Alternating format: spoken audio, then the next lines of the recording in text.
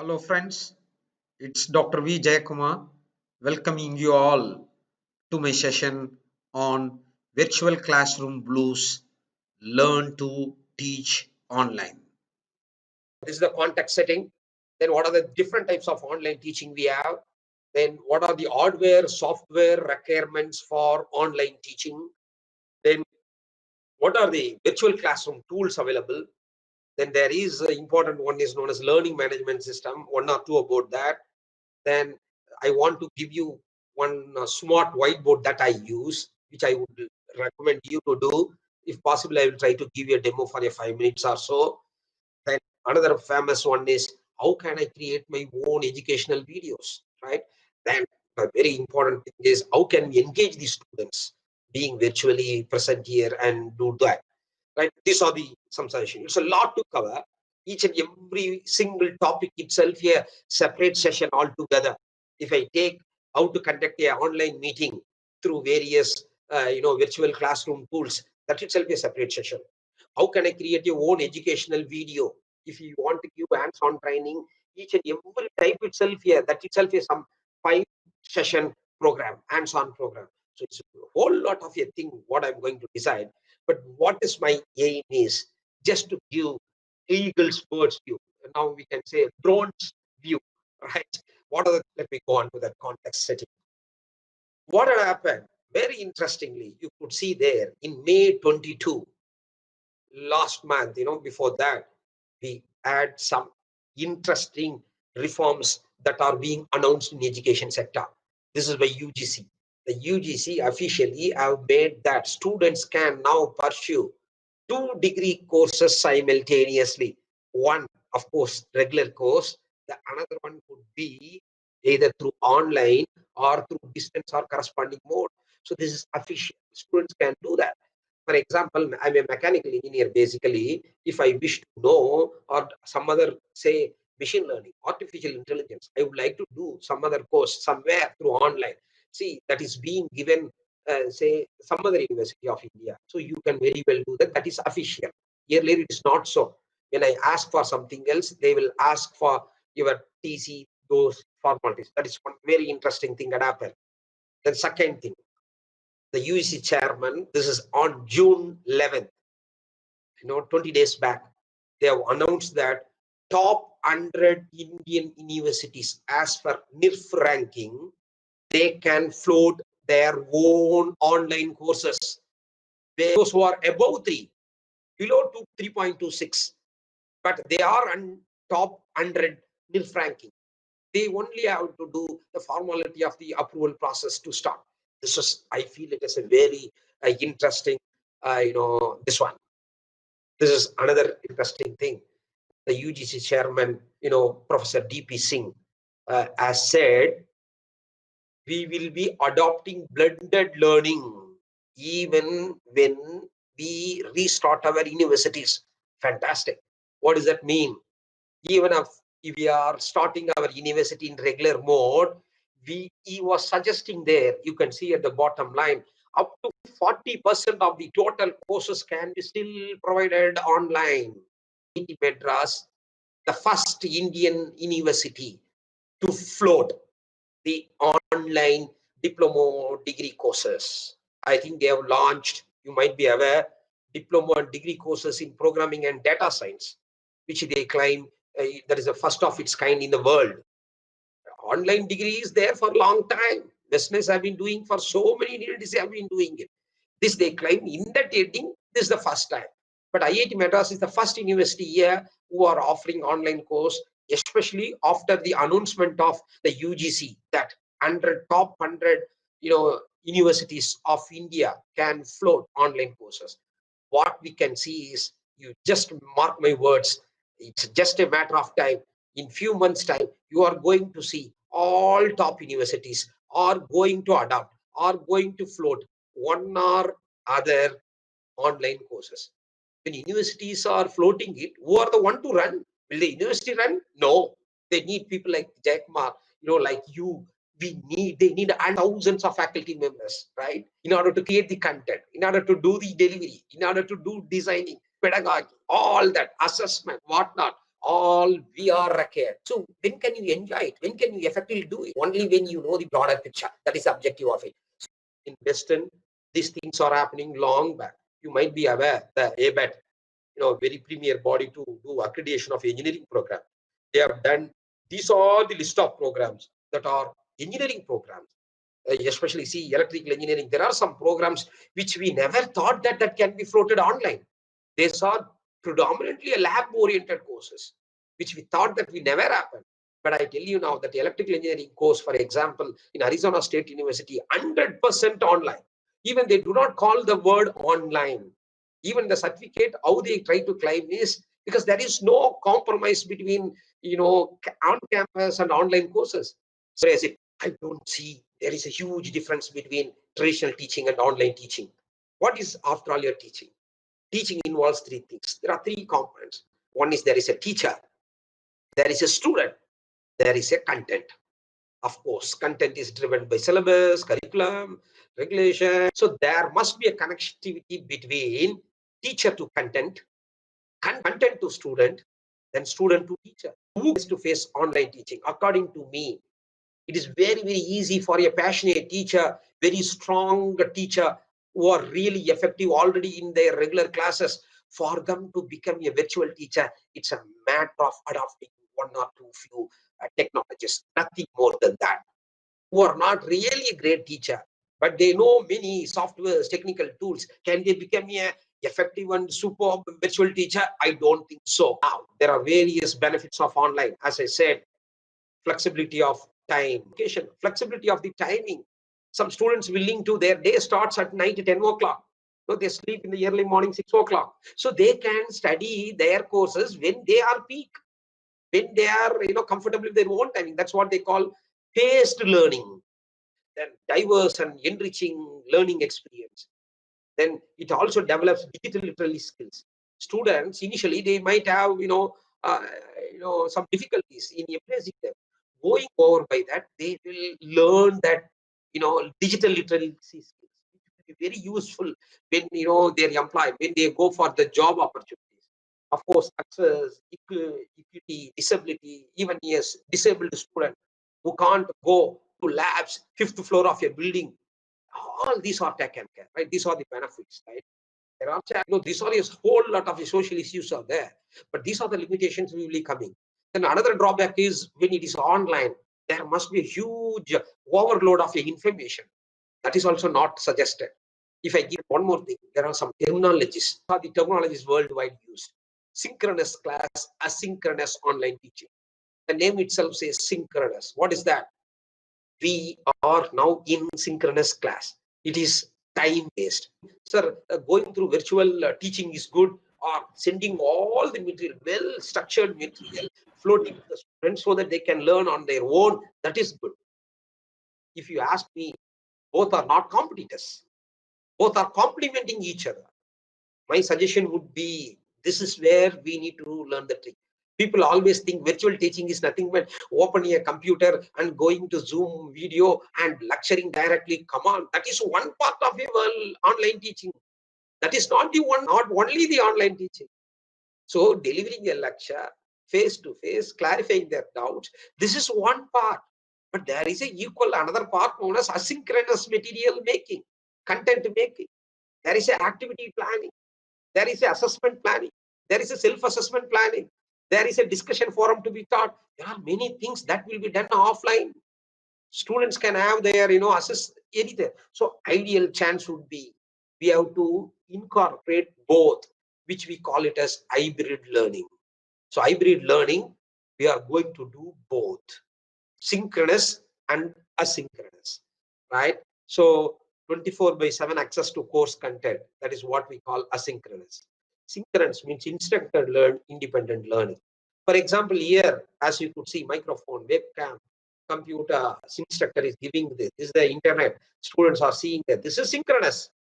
On the top of it, you can see I have made my own videos for each and every topic.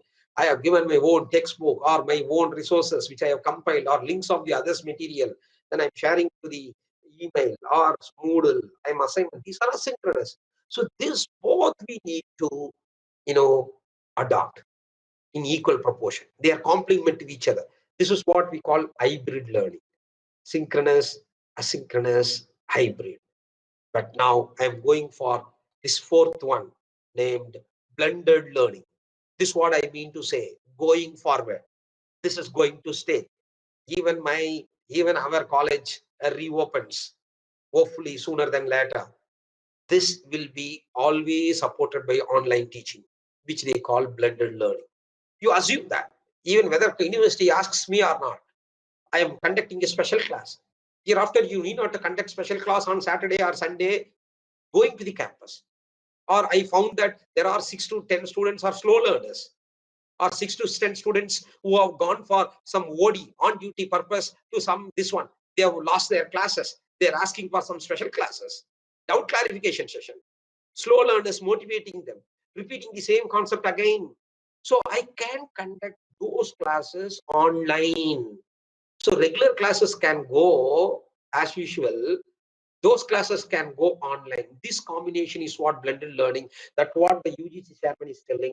He is recommending universities to adopt 40-60, blended learning going forward, provided we are all equipped with that, both, physically as well as from human resource wise, right? That's what we say. This is what we normally do. I think professor will be talking about Bloom's taxonomy. I suppose I leave it there, but only what I mean to say, this is the contrary. In the class, we simply teach all basic things, remember and understanding level. But in the homework, assignment, we give high, tough, and higher order thinking skills. We are doing it outside class. What they say is, you send the videos, materials before in hand to the class, all basic things. So the basic thing should have happened outside class, whereas all discussions, case studies, capstone project kind of discussions, all problem based learning, all group activities, those things should be happening inside the class. Normally what we do lower, remember, understand level lecture materials, we dump it in the class. Higher order level, application level, discussion required things, activity based things, we leave it for them to do in their home. So this we have to flip it. This is a very popular model now that is being used worldwide. I'm suggesting that the synchronous and asynchronous, I mean exactly a flipped classroom technology, right? This is what I have talked about. We will go by that. Fine. I think we got some terminologies right. We'll talk about hardware requirement. This is what I said. Either you should have PC, laptop, of course, with good internet connectivity. That is the need of the hour. Sir, I have mobile, sir. Through mobile also, we can do one. The smartphone is capable of doing all. I agree. But being a teaching field, it becomes like a specialized job now. So I strongly not recommend, at least for a faculty members. I will not suggest you to keep understanding or keep using mobile as a platform. Of course, worst case scenario we can, but I strongly suggest let us have PC or laptop with net connection. Fine. This is the mandate. If you have that, we can start doing it going forward. Sir, I am a maths teacher, or I am the drawing teacher, or like me, all engineering teachers are predominantly dealing with one or other, problem-based learning. All are, where analytical based subjects. In that case, what can I do? Then, if you have another fellow in your kitty, which we call it as digital drawing tablet with stylus, now that would be very huge thing. If you don't have that, don't regret. Still, we can do very good, decent job. Once we have the drawing tablet with the stylus, then that becomes very important thing for us to do that, right? So there are many clues for that. There is a 8-inch, there is a 10-inch, then there is a different. Webcom is one company, XP, Pen is another popular company. They are slightly overpriced, especially due to the demand. They also make use of the opportunity. Prices are quite high. There are basic versions, there are middle version, there are high-end version.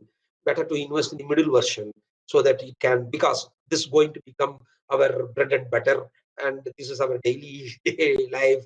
So you wait for some times, you do a lot of research. What are the things required? There are different colors are there. There are different buttons are there. There is a pen sensitivity is involved. There are 6,000, 8,000 kind of PSI pressure sensitivities is there. Even they will give you the pin, that nib.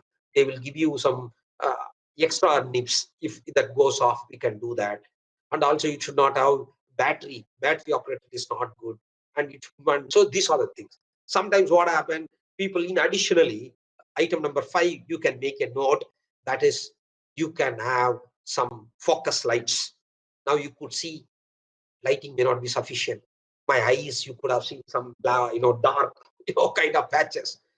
Obviously, if like the photo studios, when they go with that kind of umbrella type on both sides, they glow some light, it will be paka. So if you are aiming for a professional, these are professional setups. Come on, that may not be required.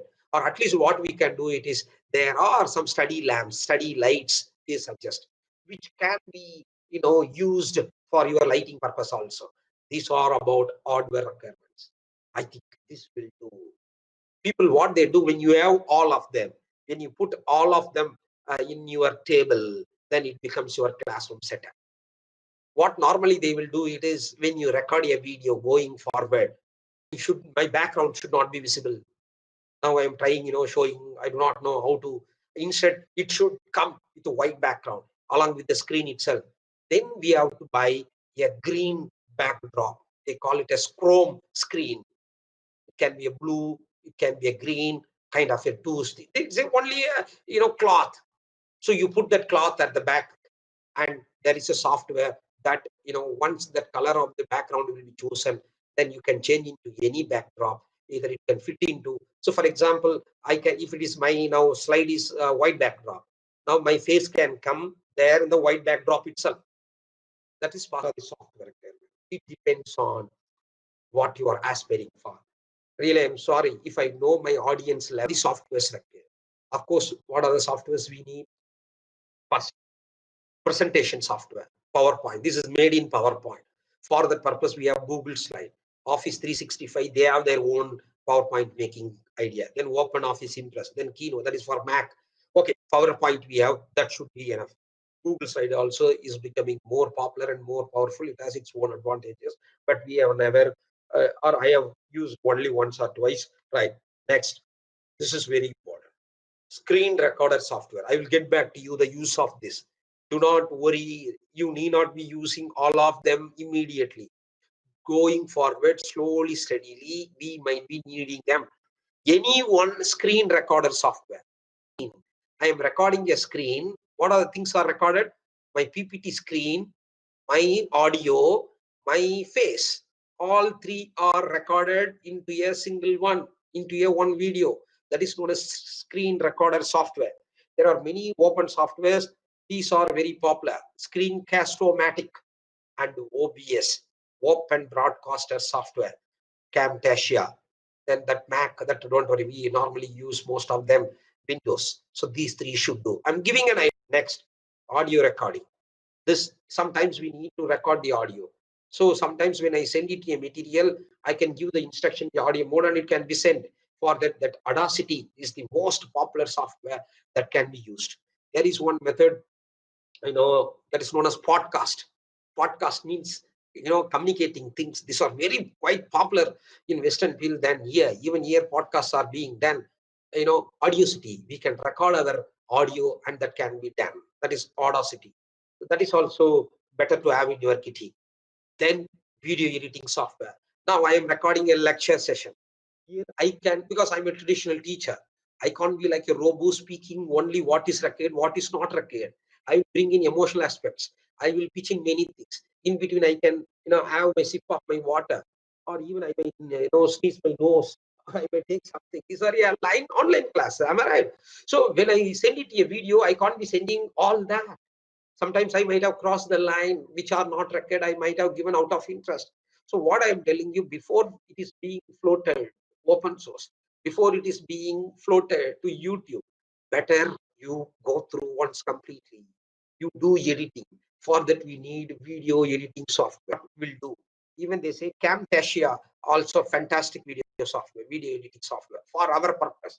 Yeah, right. So always be aware of that. Content is the one to drive you, not the technology. Is that so? Yeah. Now what happened? Once, if at all it has to be sent to me, it will not be possible by WhatsApp, right? It will be a very big memory story. How can I stream that, share it?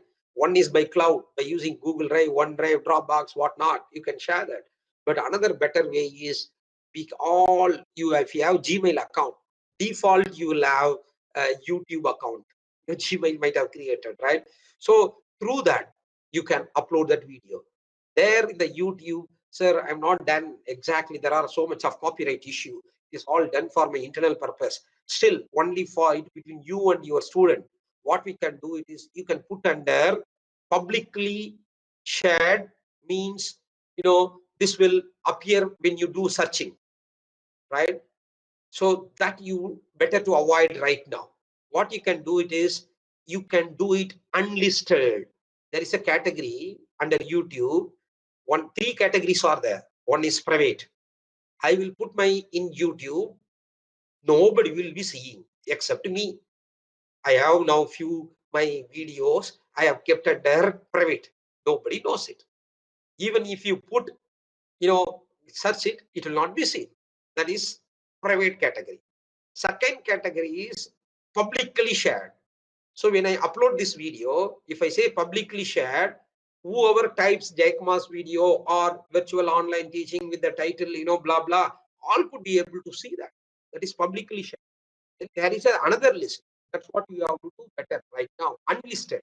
What is it unlisted? Unlisted means after uploading, I will get a link. That link I will share to particular participant, particular group.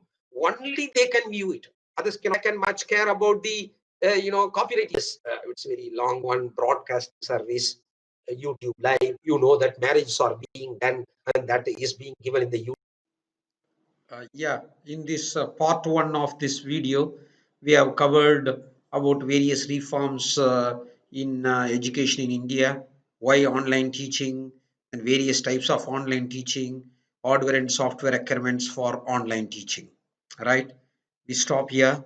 In part two, you can look forward to various topics such as virtual classroom tools, about LMS, what are the free online whiteboards available for teaching, then how to create your own educational videos, and few strategies for effective student engagement in part 2. So please do listen to my part 2 video as well. Thank you so much for your patience listening and support. Thank you.